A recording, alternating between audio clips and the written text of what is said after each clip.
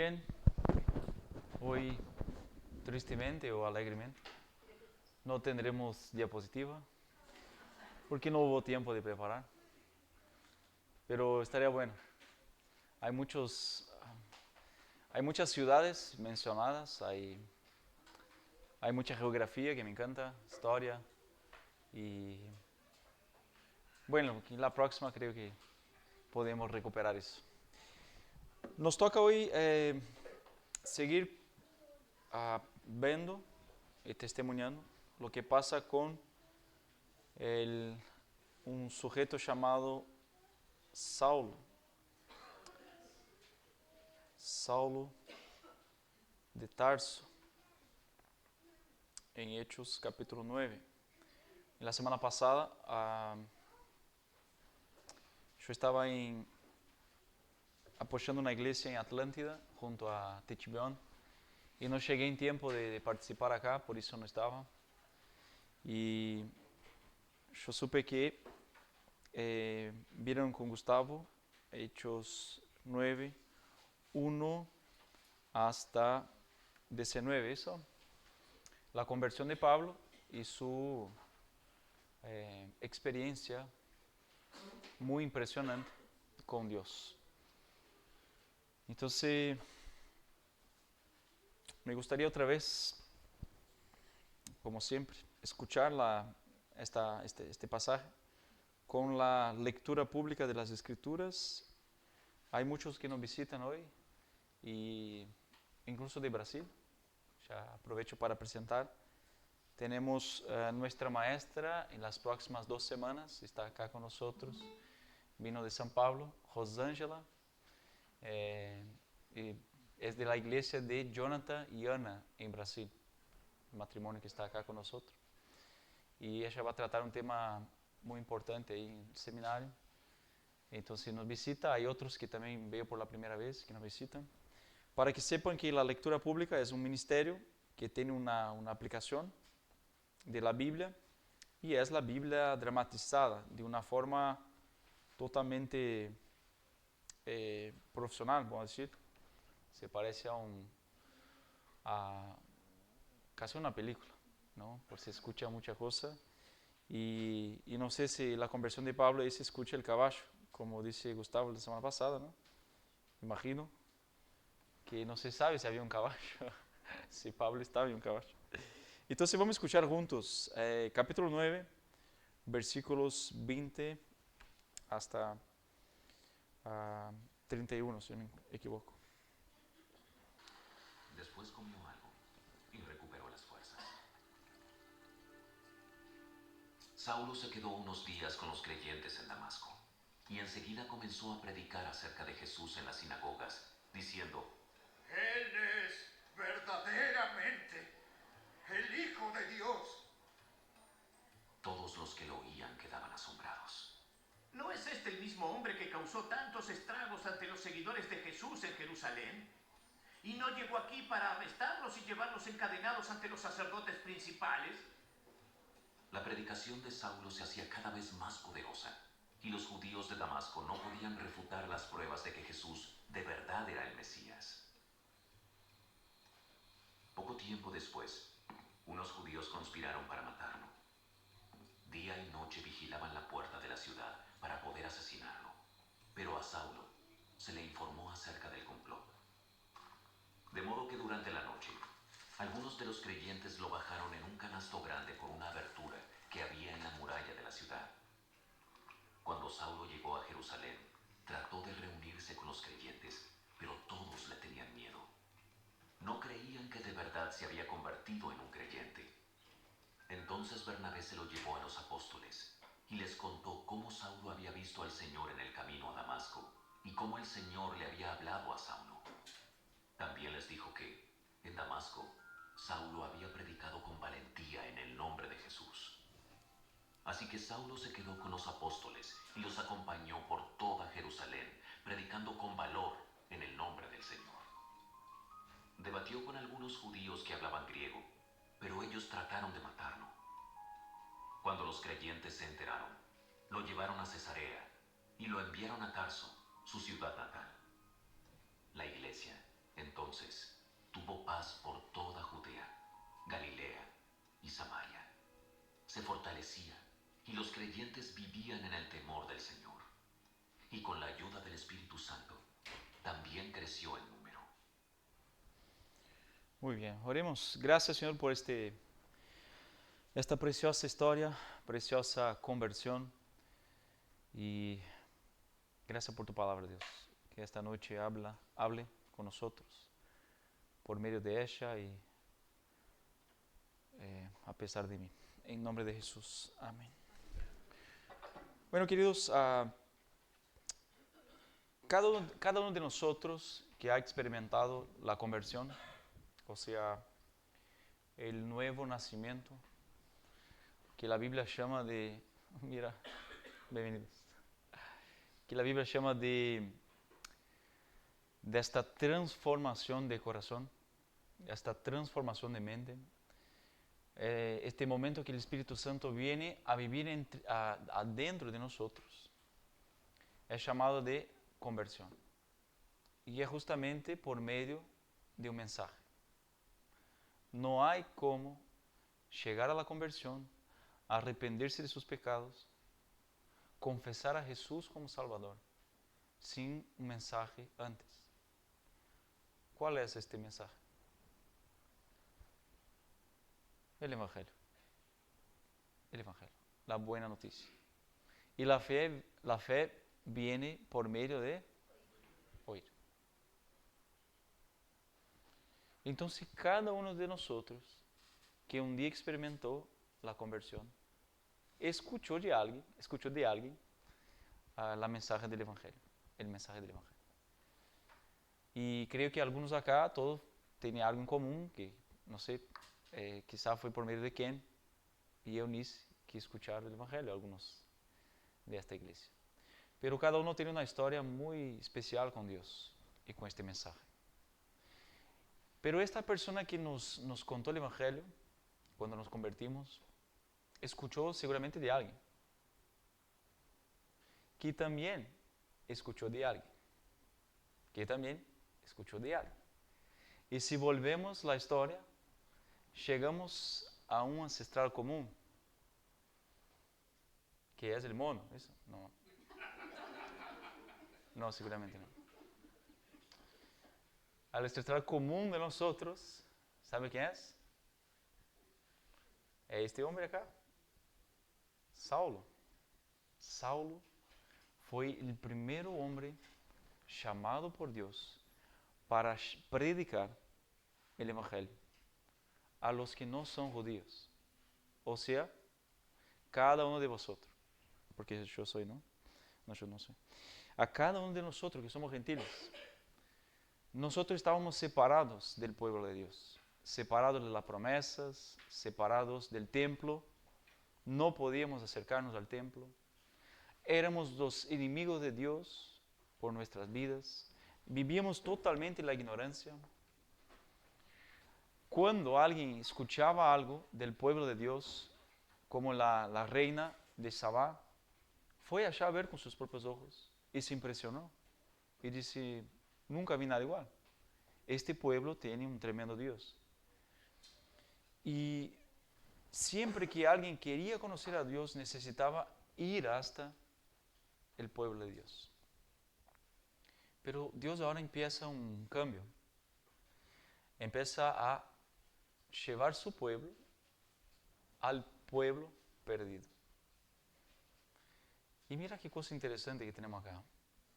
Un perseguidor de la iglesia, el oficial del sufrimiento, el líder de la primera persecución de la historia de Puertas Abiertas. La persecución empieza en Hechos capítulo 8. ¿Y quién es el gran líder de la persecución? Saulo, un joven, un alumno excepcional, un fariseo joven. ¿Y qué significaba eso? Que era un prodigio. Era alguien excepcional, que muy probablemente conocía todos los primeros 5 libros de la Biblia memorizados. Y además de eso, algunos salmos. Que en su clase era el mejor de la clase. Y era tan hincha del judaísmo que quería perseguir una amenaza al judaísmo, que era la secta de los nazarenos, conocida hoy como los cristianos, los seguidores de Cristo. Y cuando volvemos al pasado, vemos la historia de este primer hombre llamado por Dios de una manera extraordinaria para llevarnos a Dios, también de maneras extraordinarias. Entonces arrancamos en el versículo 20, nos diciendo que Saulo, y esta es una parte del versículo 19, estoy con la versión acá NBLA, dice que al final del versículo 19, que por varios días estuvo con los discípulos que estaban en Damasco, Pablo. Él llega ahí, antes mismo de llegar en la ciudad, se encuentra con el Señor, un encuentro a las ciegas, ¿no? Porque no ve al Señor, lo escucha y pasa por la conversión. Muy dramático. No quiero repredicar lo que Gustavo predicó. Entonces seguimos, versículo 20 nos dice que enseguida se puso ¿a qué? A predicar. Ahí empieza el predicador con su ministerio. Se convierte, pasa 3 días de ayuno y así que vuelve a las fuerzas, que come, que toma, que bautiza-se y empieza a predicar. Un ministerio instantáneo. ¿Y qué predica? ¿Cuál era su mensaje? Jesús, el Hijo de Dios. ¿Y dónde hacía eso? En las sinagogas. No sé, creo que ya fue dicho acá que cuando el pueblo de Israel, que eran las 10 tribus del norte, fueron conquistadas, ellos fueron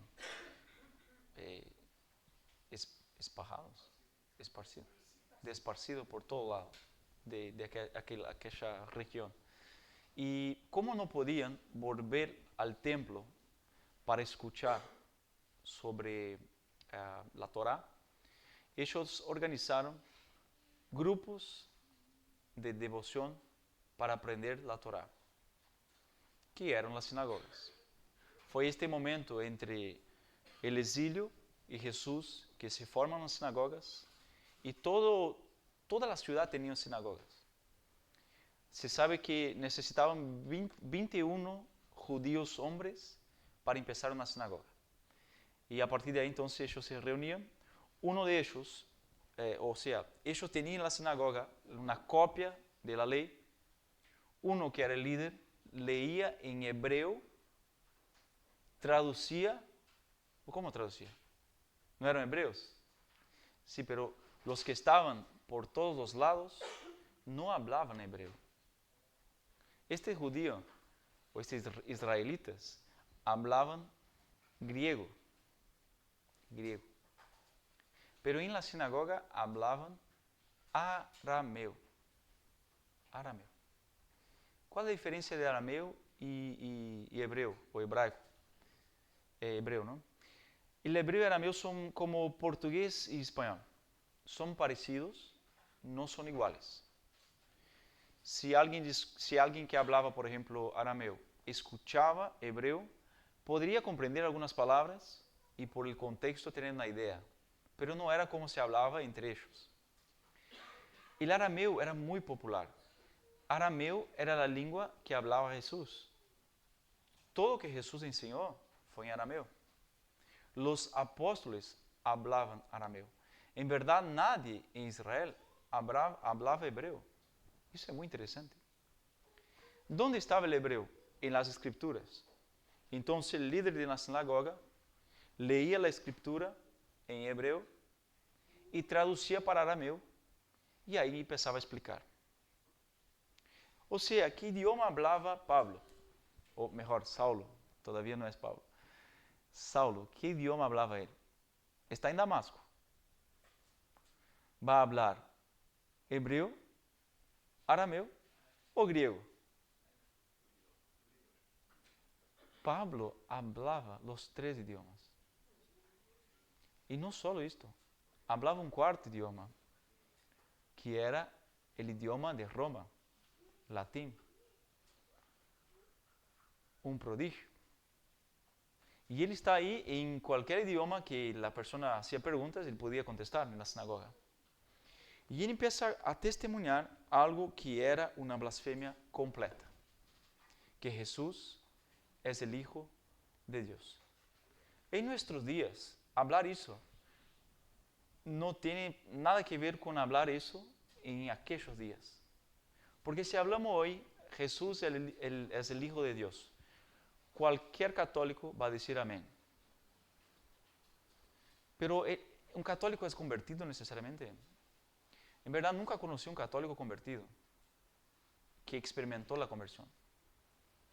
Pero está en su conocimiento de su religión que Jesús, el Hijo de Dios, pero Jesús tiene una madre, porque un hijo tiene una madre. Y la madre está más alta que él. Y yo cuando era católico pensaba, pero Jesús, Hijo de Dios, ¿qué me sirve Jesús si tengo la madre? En la cultura de mi departamento, la cultura gaúcha, se dice que Dios Padre es como el patrón de la estancia y que tiene la primera dama, María. Mira, ¿qué hizo? ¿Qué catolicismo hizo? Parece que estamos en la Grecia antigua, que los dioses tenían esposas. Entonces Jesús era como un Hércules, pensaba yo. Medio humano, medio Dios. Qué tremenda confusión. Pero hablar esto en aquellos días quería decir que Jesús era Dios. ¿Se acuerdan cuando Jesús dice que varias veces dice que era hijo de Dios? ¿Y qué decían los líderes? Tiene que morir, porque está blasfemando. Está te comparando a Dios. ¿Qué hace la más gran distinción entre, vamos a decir así, los cristianos, ¿okay? Todos que se dicen católicos para el mundo son llamados de cristianos. Los que se dicen testigo de Jehová están en la categoría cristiana. Los mormones están en la categoría cristiana. Los adventistas están en la categoría cristiana. Y los evangélicos en general están en la categoría cristiana. ¿Qué hace distinción entre nosotros? La gran distinción está en cómo creemos sobre Jesús. ¿Qué creemos sobre Jesús?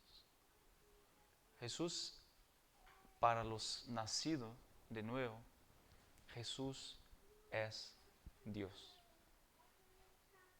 Hijo de Dios significa Dios. Dios. Y si Jesús es Dios, todo lo que hizo y todo lo que dice tiene importancia, mucha importancia. Y si Jesús es Dios y dio todo lo que tenía por mí como un ser humano, yo tengo que hacer algo con esto. Yo tengo que buscar su voluntad. La gran diferencia, queridos, de ser meramente o simplemente alguien que se dice cristiano y ser un convertido es decir, Jesús es Dios. Y no solo Dios, es mi Dios. ¿Cuál de los apóstoles es conocido como hombre de pequeña fe? Tomás, en español. Tomás. ¿Pero qué habló Tomás cuando vio a Jesús? ¿Se acuerdan? ¿Cómo? Ajá. Mi Señor y mi Dios. Muy, muy emocionante. por la primera vez que uno de los apóstoles habla mi Dios. Tomé, reconoce Jesús como Dios. Esto ya tenemos 2000 años de cristianismo, ¿no? Y esto siempre fue una cosa incomprensible para todos los cristianos. ¿Cómo puede que Jesús, siendo Dios, fue también hombre? ¿Y cómo puede que una mujer que tuvo un bebé, este bebé era su Dios? Y que también era su Salvador, pero que le cambió los pañales. Y era su Salvador. Qué cosa impresionante. No entra en la cabeza. Pero Pablo, que antes veía la secta nazarena como una amenaza, ahora proclama con toda elocuencia de un fariseo, con todo el fervor de un perseguidor. ¿Y quién puede resistir a un hombre como Pablo en una discusión pública? Nadie. Nadie.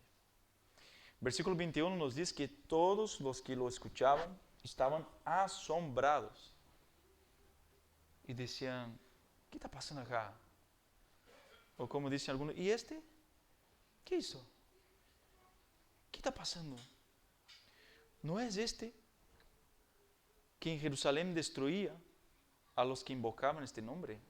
Justamente Jesús era el problema. No podían mencionar Jesús. Y ahora no solo está mencionando Jesús, como está diciendo que es Dios. ¿Qué está pasando? No fue al contrario su intención para venir acá, para llevarnos presos, encarcelados. ¿Y ahora qué está haciendo? ¿Qué pasó con él? ¿Puede imaginar el asombro?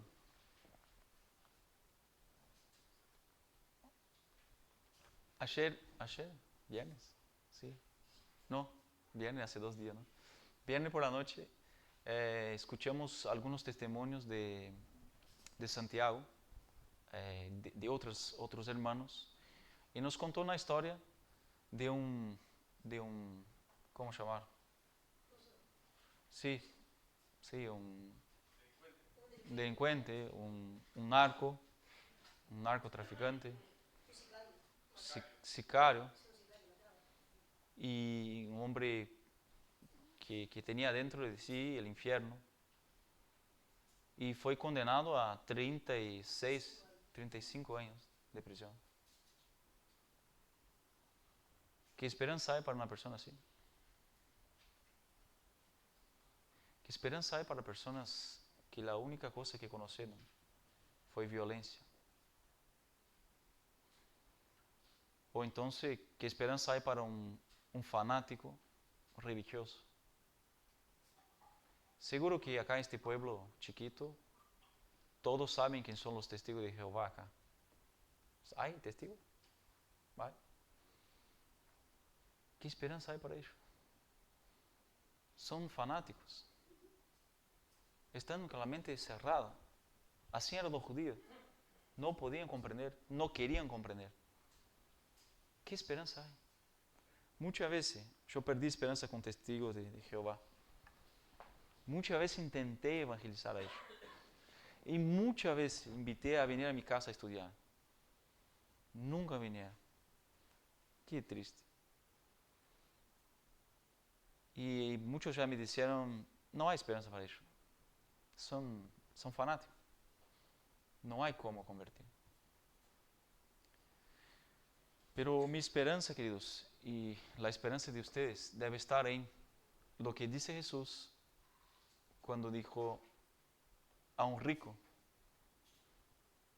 es imposible convertirse. Y los discípulos preguntaron, Señor, si un rico no puede convertirse, no puede entrar en el reino de Dios, ¿quién puede?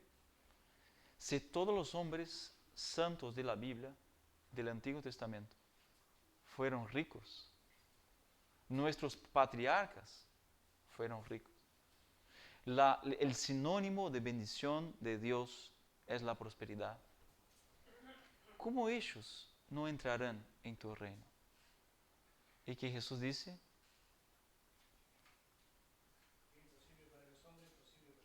Sí. O sea, la salvación es imposible. Imposible. Imposible una persona como un sicario convertirse. Imposible un testigo de Jehová convertirse. Imposible un cura convertirse. Una monja. Cualquier persona fanática que puede venir a tu mente. Conozco evangélicos fanáticos que no tienen a Jesús. Solo fanatismo religioso. Me acuerdo que una vez llevaba una señora, estaba, no es esta palabra en español, pero estaba dando carona, estaba llevando a ella el mismo camino que yo, la conocía, era, sí, pero ella era una vecina, y entonces yo la vi y invité a entrar, una señora de 60 y tantos, y pregunté, ¿hace cuánto tiempo que está en la iglesia? Porque ella estaba volviendo del culto. Ah, como 40 años. Y le pregunté, ¿y estás segura que vas al cielo? Estoy intentando, ¿no? Yo quedé como estos hombres acá, asombrado. ¿Qué voy a decir? 40 años dentro de una iglesia y no tiene convicción, se va para el cielo. Porque estaba intentando. Pero una católica entonces. Porque está buscando su propia forma de alcanzar perdón. Nosotros, querido, si confesamos a Jesús como nuestro Señor, como nuestro Dios, tenemos salvación. Tenemos. Sí o sí tenemos. Convicción, certeza. Romanos 5:1. Justificados pues somos en Cristo Jesús. Cuando Lutero, estaba estudiando ese texto en griego, percibió algo que no podemos percibir en español o portugués, que el verbo justificados en griego demuestra que es algo que pasó puntualmente en la historia. Punto. Está justificado, punto. No se habla más sobre esto. Y él dice, opa, no fue eso que aprendí en el seminario católico. Porque acá en el seminario católico me enseñaron que la justificación es un proceso. Vamos caminando y alcanzando perdón. Entonces arrancamos como un bebé, somos bautizados. Ahí arrancamos, 1-0. Y ahí pecamos un montón, pero hacemos la Eucaristía. Opa, 2-0, 2-2. Y ahí vamos alcanzando el matrimonio. ¿Saben que para los católicos el matrimonio es un punto a más para la salvación? Casarse. Entonces vamos alcanzando la justificación. Para que un día, cuando lleguemos allá, Dios mire y dice, está bueno, puede entrar. O no. Dios ni palo. Quédate un poco ahí en la purgatorio. Lutero vio que estaba como una justificación puntual. Ya pasó. ¿Cuándo? Cuando creemos. Si un día te has convertido, si un día has arrepentido de tus pecados, confesado a Jesús, puntualmente, en tu historia, ya está justificado. Puntualmente en tu historia, ya has recibido la salvación por medio de Jesús. Fue eso que Saulo experimentó. Y eso que estaba intentando explicar a su propio pueblo, porque estaba en una sinagoga, hablaba para judíos. Y estaba ahí intentando explicar. Y versículo 22 nos dice que Pablo seguía fortaleciéndose y la misma, lo tanto que fortalecía, también confundía a los judíos que estaban en Damasco. Y él demostraba que Jesús es el Cristo. ¿Cómo demostraba que Jesús es el Cristo? ¿Cómo? Acá no se habla que hacía señales y maravillas. No estaba sanando gente. ¿Qué estaba haciendo? ¿Cómo demostraba que Jesús era el Señor? Por todo que había memorizado la Escritura. ¿Puede imaginar un gran estudioso de la Biblia que tenía los escritos memorizados y llegaba al interior, Damasco, que ni era Israel, era Siria, y llegaba y decía, hermanos, en Pentateuco, la parte tal, en versículo tal, está escrito, y la gente, sí, ni sabía que había esta parte en Pentateuco. O entonces, como dice el salmista, o Salmo 22, ese Salmo 22, no llegamos a este Salmo todavía, porque la gente no tenía los escritos, todos los sábados tenía que escuchar. Qué bendición tienen ustedes, ¿no? Porque si dependiera de nosotros que predicamos acá, lo único libro que saberían hasta ahora era Lucas y Hechos, que hay en la Biblia. Pero había un montón más de libros, y ellos no sabían, y él los citaba a ellos. Ellos, no puede ser que está en Salmo eso, ¿está? ¿Y dónde está? Salmo 22, Salmo 30 y tanto, 32, Salmo mesiánico, y se iba a los rolos, ¿no? Rollos. Y abría, y ahí estaba lo que Pablo había dicho. Verdad. Y él estaba convenciendo a la gente que Jesús era el Cristo. Y de estos, seguramente, hubieron conversos, que estaban siguiendo a Jesús y siguiendo a Pablo. Pero ¿qué pasa? Versículo 23. Después de muchos días, los judíos tramaron deshacerse de él. Qué palabra interesante, ¿no? Deshacerse. Pero su plan llegó al conocimiento de Saulo. Y aún vigilaban las puertas día y noche con el intento de matarlo. Pero sus discípulos lo tomaron de noche y lo sacaron por una abertura en la muralla, bajándolo en una canasta. Algunas cosas interesantes acá. Entre el versículo 22 y el versículo 23 hay un espacio de tiempo. Acá nos dice después de muchos días. ¿Cuánto sería eso? Ni idea. Pero ahora deja tu dedo ahí, si está con una Biblia en papel, deja tu dedo en Hechos y vamos juntos a Gálatas. Porque en Gálatas Pablo conta a esta iglesia, en esta carta, lo que le pasó en estos muchos días. Capítulo 1, versículo 17.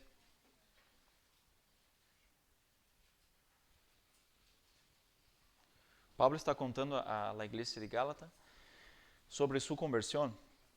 Y versículo 11 nos dice, en Gálatas 1, Pablo dice así: pues quiero que sepan, hermanos, que el evangelio que fue anunciado por mí no es según el hombre, pues no lo recibí de hombre, ni me fue enseñado, sino que lo recibí por medio de una revelación de Jesucristo. Pablo está hablando de su conversión. Él está diciendo, yo no fui enseñado por los apóstoles. Jesús mismo me dio el evangelio. Yo no quería escuchar apóstoles. Yo quería matar apóstoles. Pero Jesús vino a hablar conmigo. Y me dio un evangelio. Versículo 18. Entonces, 17. Él dice, no subí a Jerusalén. Está diciendo, después que me convertí, no subí a Jerusalén a los que eran apóstoles antes que yo, sino que fui a Arabia y regresé otra vez a Damasco. Entonces, 3 años después, subí a Jerusalén para conocer a Pedro y estuve con él 15 días. Este relato acá de Pablo es este momento que estamos en Hechos. Y este tiempo que Pablo pasa entre Damasco y Arabia son estos 3 años. Hay muchas teorías do que Pablo hizo en ese tiempo. Algunos piensan que Pablo fue a evangelizar toda esta región de Arabia, que es hoy la actual Siria. Y la capital de este imperio en aquella época era una ciudad muy, muy interesante. Voy a enviar en WhatsApp, ¿tá? Que no hay imagen. Una ciudad muy interesante, llamada Petra, la capital de Arabia en aquellos días. Petra, no sé si, ¿quién conoce Petra acá? De que ya vio una imagen. Petra es una ciudad hecha en una montaña. ¿Quién ya vio Indiana Jones acá? ¿Qué película es esta, Pedro? Que Indiana Jones entra en Petra. ¿Te acuerdas? ¿Es la 2? La 2, la película 2, la búsqueda de la arca perdida.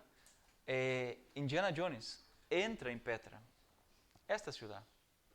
Hoy está abandonada, pero en aquella época era la capital de Arabia. Y Pablo probablemente estuvo ahí en Petra. ¿Y qué estuvo haciendo ahí? No sabemos.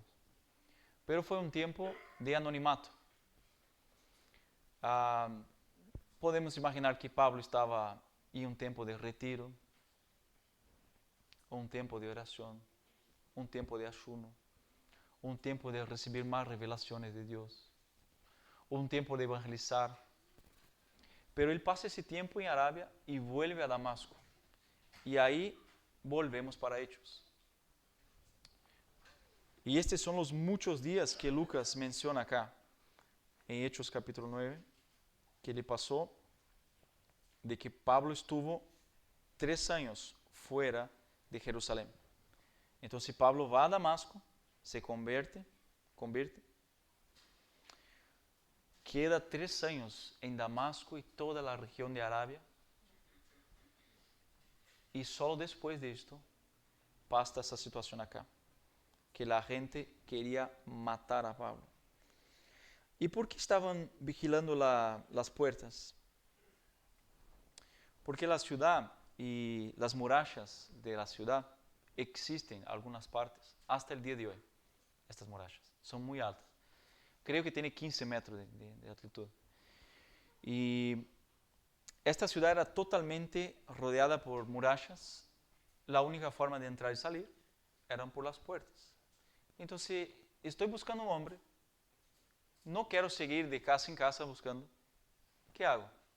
Paro en la puerta. Y en algún momento tiene que salir. Y estaban esperando.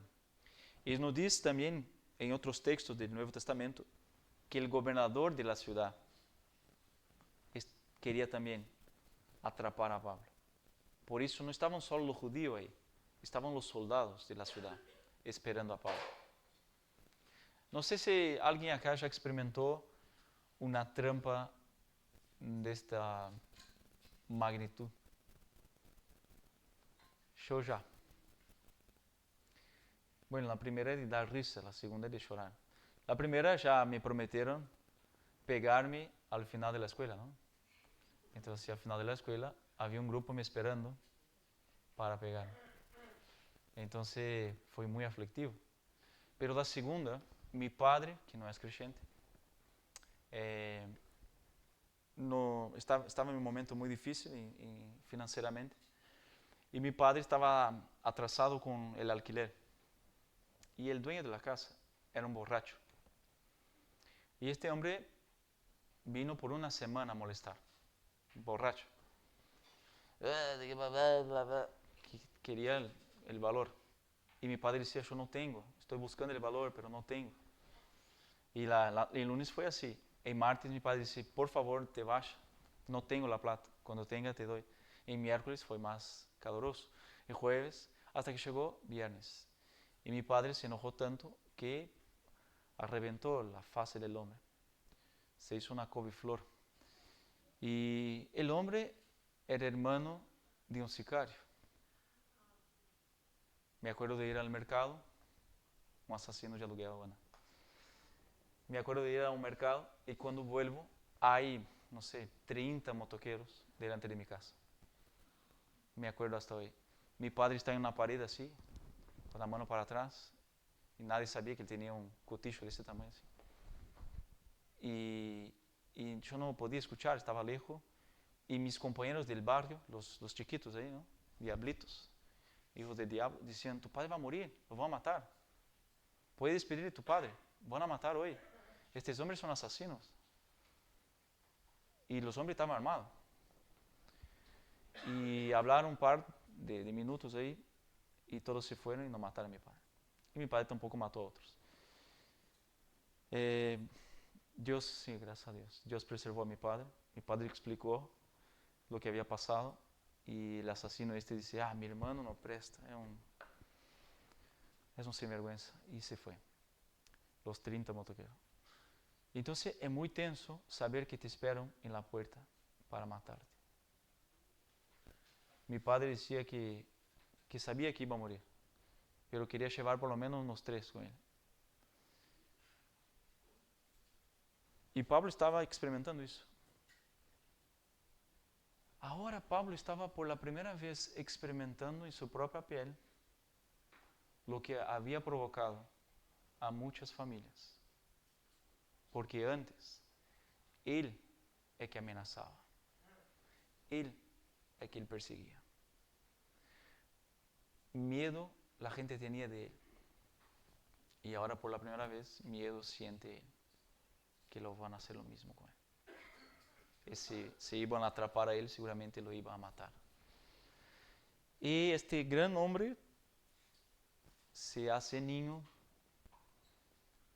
se escapa, huye, se hace de mago, entra en una canasta y desaparece. Es totalmente humillado. Depende de los otros. Él vino como autoridad para golpear puertas, romper puertas, llevar gente arrastrada. Pero ahora sale como un fugitivo dentro de una canasta, bajado por las murallas. Versículo 26 nos dice que cuando Saulo llegó a Jerusalén, trataba de juntarse con los discípulos. Opa, sigue la humillación. Sigue el rechazo. Porque nos dice acá que, pero todos le temían, no creyendo que era discípulo. Qué interesante. Cuando Pablo se convierte, Ananías dice, no, Dios, yo no puedo ir. Mira, a veces no puedo comprender que alguien está discutiendo con Dios. Pero creo que yo haría lo mismo. Está diciendo, no, Dios, no. No, Él no. No, Él vino para aprendernos. Está te engañando, Dios. Está disfrazado. Y Dios dice, no, vaya. Porque elegí a este hombre para sufrir. No era para de sufrir. Era para sufrir. Pablo, al revés de para de sufrir. Pablo fue elegido para sufrir.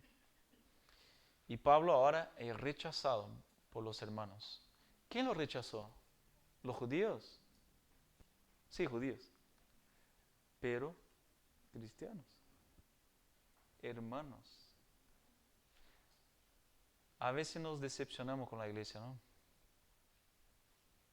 A veces pensamos, en tiempo del mundo, a veces me sentía mejor do que me siento hoy con la iglesia. A veces vemos la iglesia como la iglesia universal y pensamos, no puede ser que esta es la iglesia. ¿Qué están haciendo? Están rechazando a un hombre que sí era un perseguidor, pero hace 3 años ya. está predicando hace 3 años y es un infiltrado. Es un espión, ¿cómo así? Un espía, ¿cómo? No hace sentido. Yo pensaba que la iglesia moderna cometía mucho más errores que la iglesia antigua. Y acá vemos que no. Que esta iglesia tiene 6 años de existencia. 7. Y tiene errores también. Tiene rechazo, no aceptación de personas que son dudosas. Me acuerdo que un día entra un muchacho, estaba en una... Ay, ahora doy risa, pero estaba muy tenso. Estaban con la puerta abierta, había una reunión de jóvenes, entra un muchacho con una cara muy asustadora, se asienta y todos lo miran así. Los jóvenes todos reunidos dando risa, ¡ah! Y lo miran así, tipo, ¿dónde está el altar? Así. Y dice, Rómulo, vas a hablar con él. Y yo, hola, ¿cuál es tu nombre? Jonathan. Oh, Jonathan, ¿cómo está? Bien. Sí. Hey, Jonathan, ¿alguien te invitó a venir? No, yo vi abierto, entré. ¿Tá? ¿Ya fuiste a una iglesia antes? Sí, siento una paz adentro de la iglesia. Necesito paz, ¿sabes? Pero a veces dentro de la iglesia siento una cosa muy fuerte también. ¿Qué siente? Ganas de matar.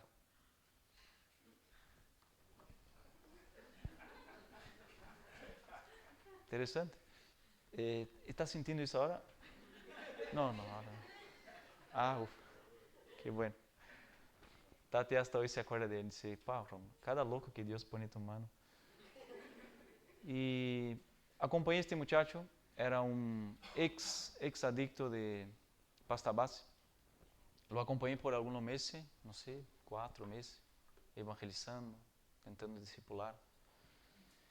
Y sabe que cuando iba al culto, seguía asustador. Y la iglesia no estaba bien con ganas de ir a hablar con él. Y yo me sentía molesto con eso, que la iglesia lo rechazaba. Claro que era raro, era una cara de loco, pero nadie escuchó lo que yo escuché de él, que tenía ganas de matar a veces, adentro de la iglesia, de Tasha. Pero aunque la iglesia no tuviera escuchado eso, no querían acercarse a él.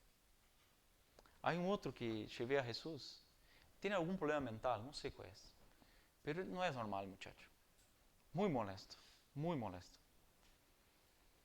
Y siempre que iba al culto, alquilaba una persona, ¿no?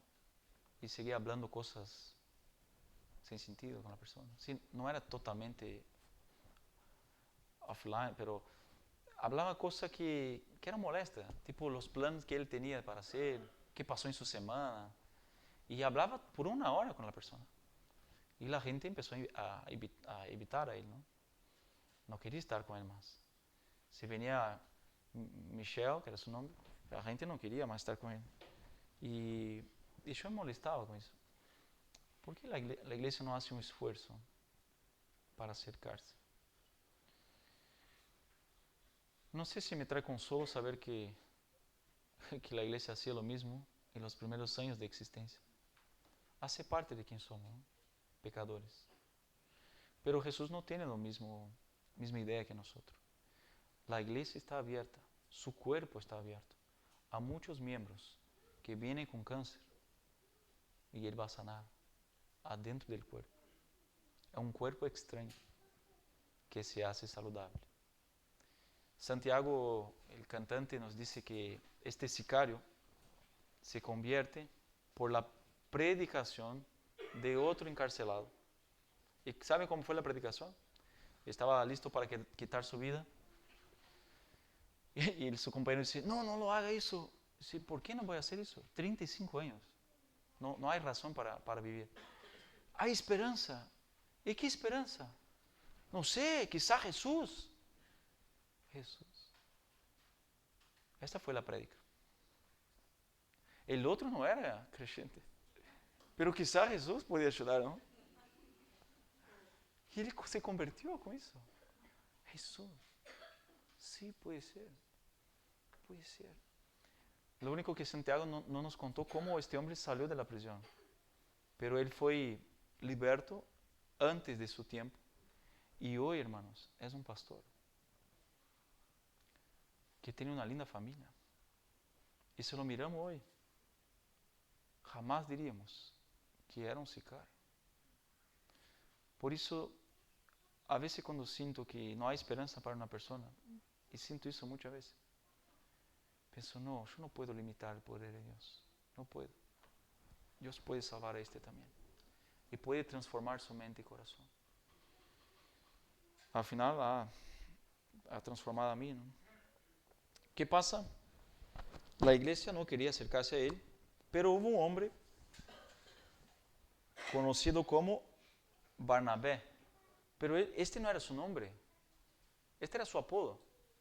¿Cuál era el nombre de él? A ver si alguien sabe. Está en Hechos. José era su nombre. ¿Por qué Barnabé? Porque siempre que hay bar o ber en la Biblia, significa hijo de. Hijo de. Interesante, ¿no? Entonces, Barnabé, hijo de Nabé. ¿Nabé era su padre? No, Nabé es la palabra consolación. Era el hijo de la consolación. ¿Y por qué recibió este apodo de la iglesia? Porque era un hombre con un don especial, que es el don de misericordia. Y él era especialista en la iglesia de acercarse a gente que nadie apostaba. Y él se acerca a Pablo, o a Saulo, y escucha su historia. Y después toma a él y presenta a los apóstoles. Dice, hermanos, tienen que escuchar la historia de Saulo. Tienen que escuchar lo que Dios ha hecho. Es su padrino. Puede ser, queridos, que nosotros como iglesia vamos a fallar. Va a pasar. Pero somos responsables también, y especialmente como individuos. Somos responsables de tener la misma actitud de Barnabé, de sermos Barnabés, de sermos hijos de consolación, hijos de misericordia, hijos de cuidado, hijos de abrazo, hijos de oído para escuchar, de estar abierto. Este es un don de Dios, ni todo tenemos, pero tenemos que tener la disposición de acercarnos a las personas. Lo que pasa es que Saulo conta su historia, conta lo que le pasó, y la iglesia lo acepta, versículo 28, y estaba con ellos, moviéndose libremente en Jerusalén, hablando con valor en el nombre del Señor. Otra vez Lucas conta a nosotros ¿qué hablaba Pablo? Primero, Pablo habla que Jesús es Hijo de Dios, después que Jesús es el Cristo, y ahora que Jesús es el Señor. Y la palabra Señor está en letra mayúscula, pero se refiere a Jesús. Pero si está en letra mayúscula como Señor, que es Adonai, Jesús es Dios más una vez. Y este es el mensaje de Pablo. Lo que pasa es que, versículo 29, y ahora viene una revelación muy interesante. Revelación para ustedes, quizá. Yo hoy descubrí eso. Que también hablaba y discutía con los judíos helenistas, pero estos intentaban matarlo. ¿Quiénes son estos judíos helenistas? Creo que ya fue explicado un montón de veces, pero estos son aquellos que no vivían más en Israel, que vivían afuera de Israel, que eran descendientes de Israel, pero vivían afuera, y su primer idioma era griego. Su segundo idioma era arameo. Entonces, cuando iban a Jerusalén, ¿será que se podía identificar que eran judíos helenistas? ¿Cómo? Por el acento. Así como pueden identificar a mí, a una legua, que soy de Brasil. Así los judíos, cuando hablaban shalom, shalom, ya sabía que no era un oficial judío. Era un expatriado. Eram pessoas marginalizadas. Qual foi o primeiro problema da igreja em Hechos? Uma denúncia a los apóstolos. Mira, las viudas de los helenistas reciben menos que los judíos de acá, ¿cómo era llamado? Los judíos originales, los patriados, los patriotas. Y los apóstolos dicen, bueno hermanos, ustedes entonces pueden elegir 7 hombres. ¿Y quién eligen? 7 judíos helenistas. ¿Ya habían percibido eso? ¿Ya habían se dado cuenta que Esteban era un judío helenista? Su nombre, Esteban, no es hebraico, es griego, Esteban. Esteban era un helenista. Esteban era un expatriado.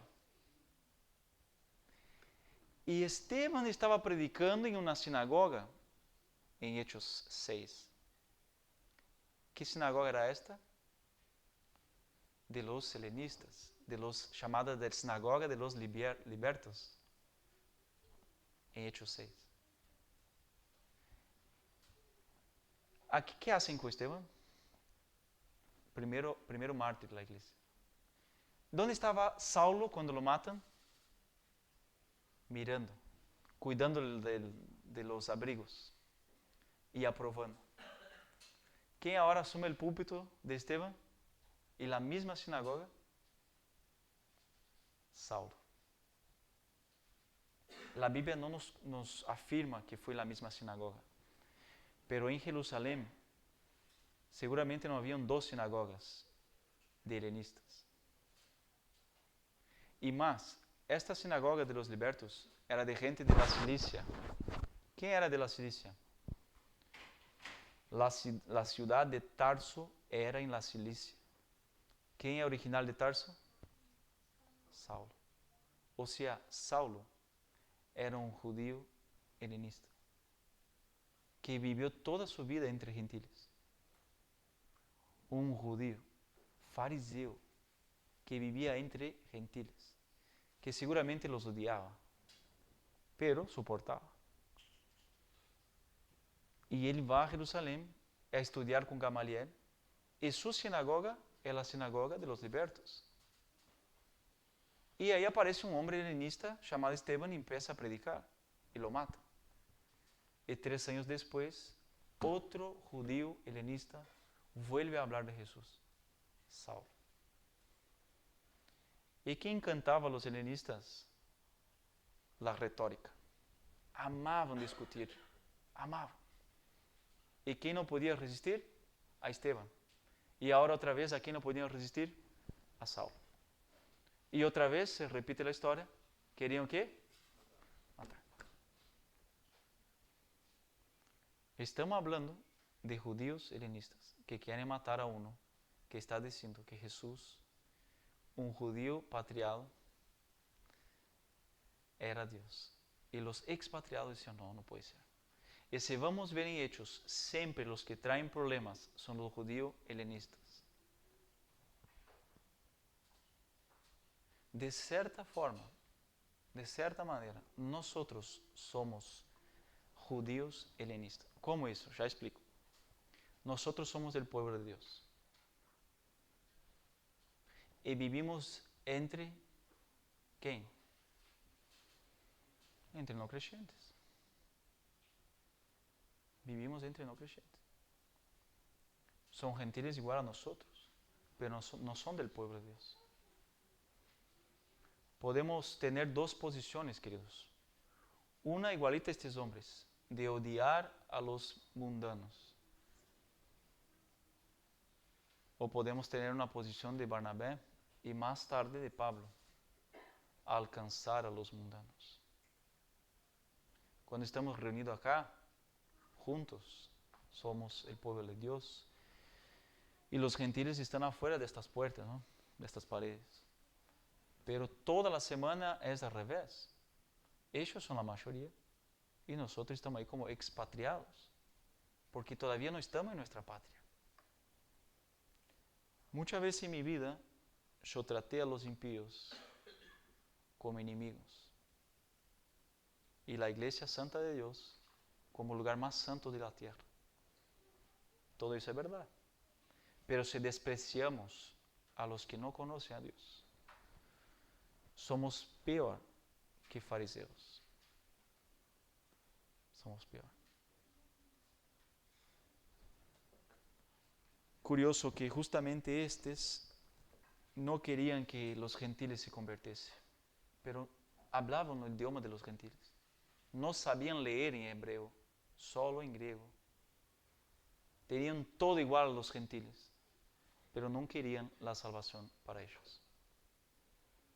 Nosotros usamos ropas hechas por impíos. Usamos autos proyectados por impíos.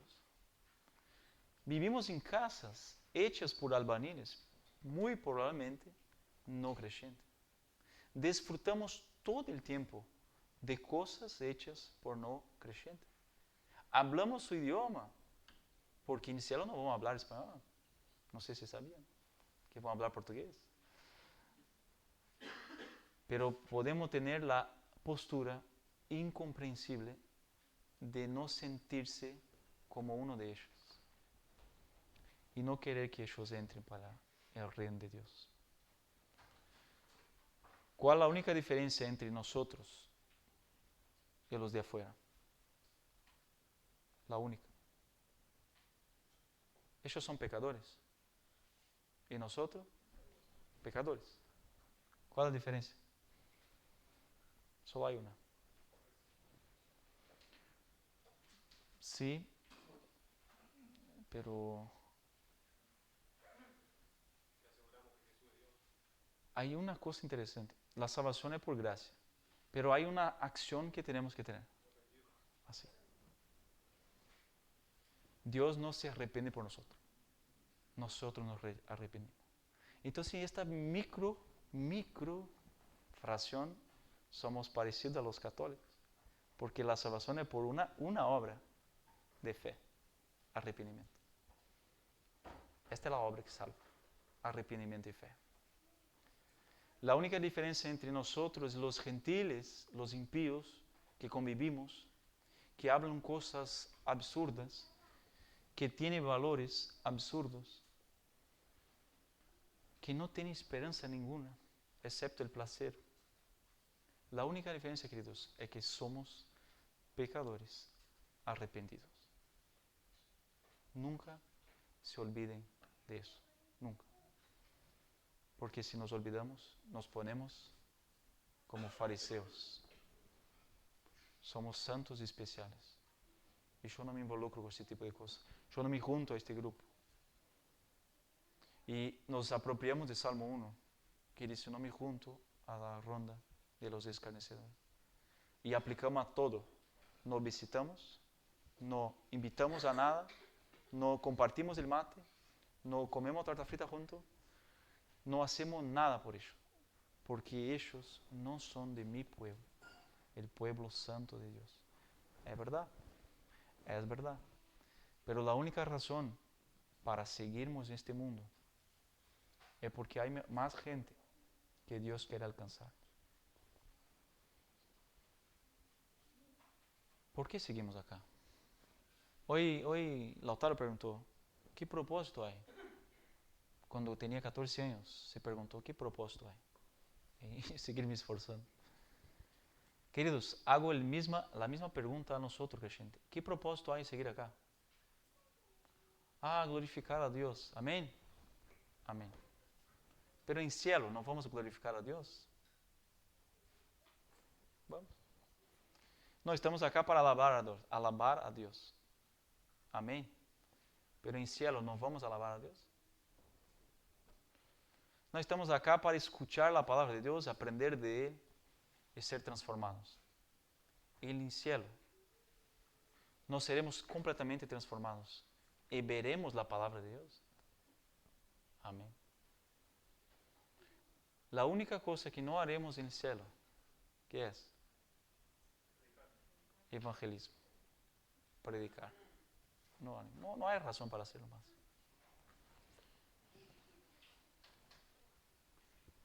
Lo que pasa es que Pablo otra vez tiene que huir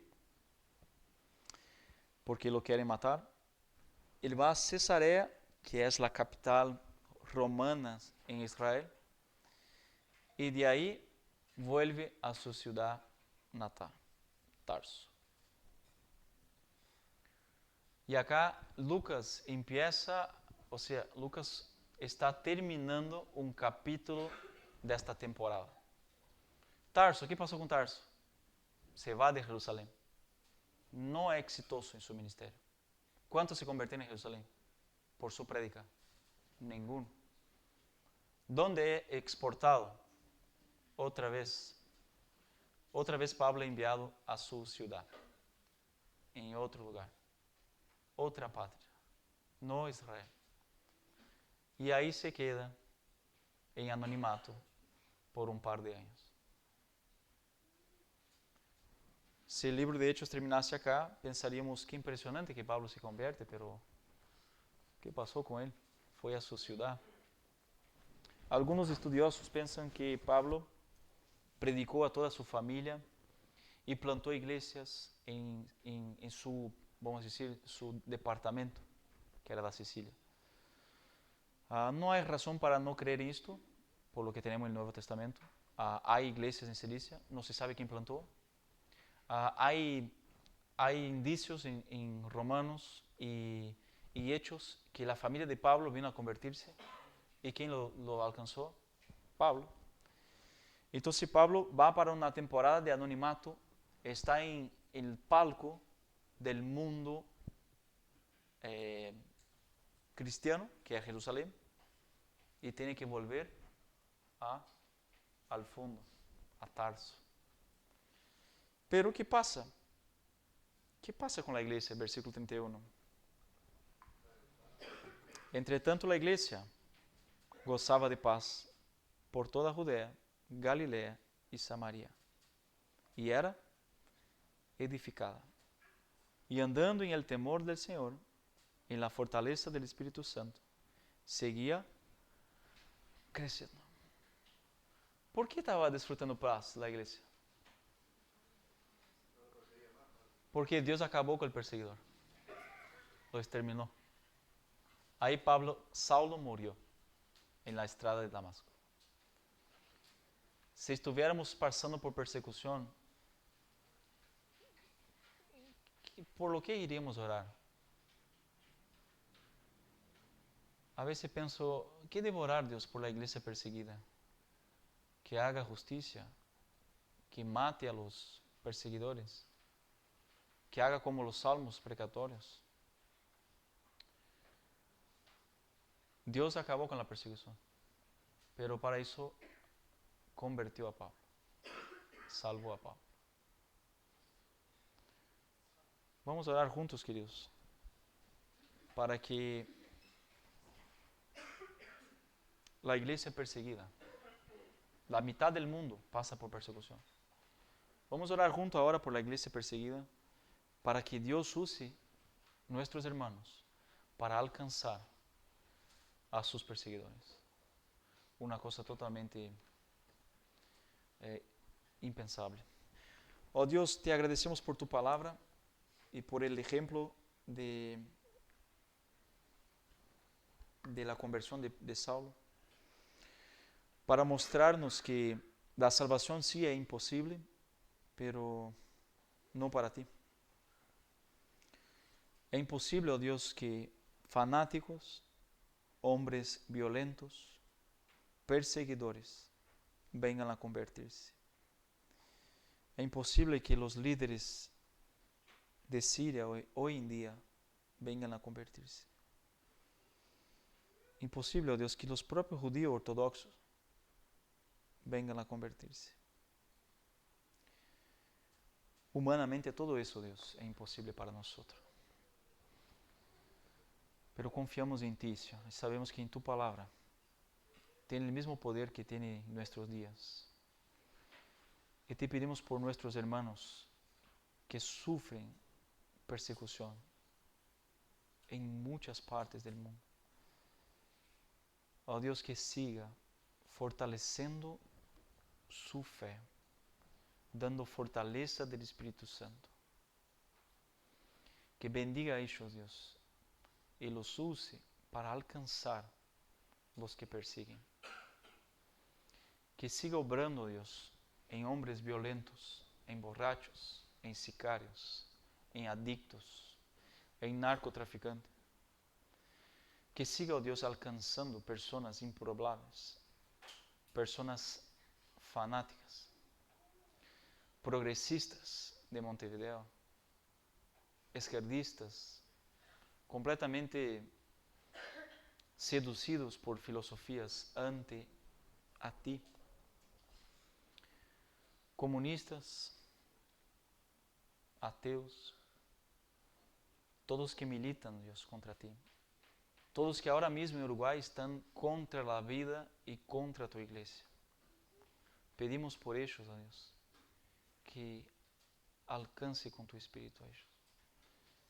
Y que a pesar de nosotros, Dios, que somos fachos, que somos pecadores, que hacemos muchas veces acepción de personas, que elegimos con quién hablar y a quién saludar, a nosotros tan fachos, oh Dios, perdónanos y nos use en este mundo, para aunque seamos tu pueblo, vivimos entre los que no te conocen.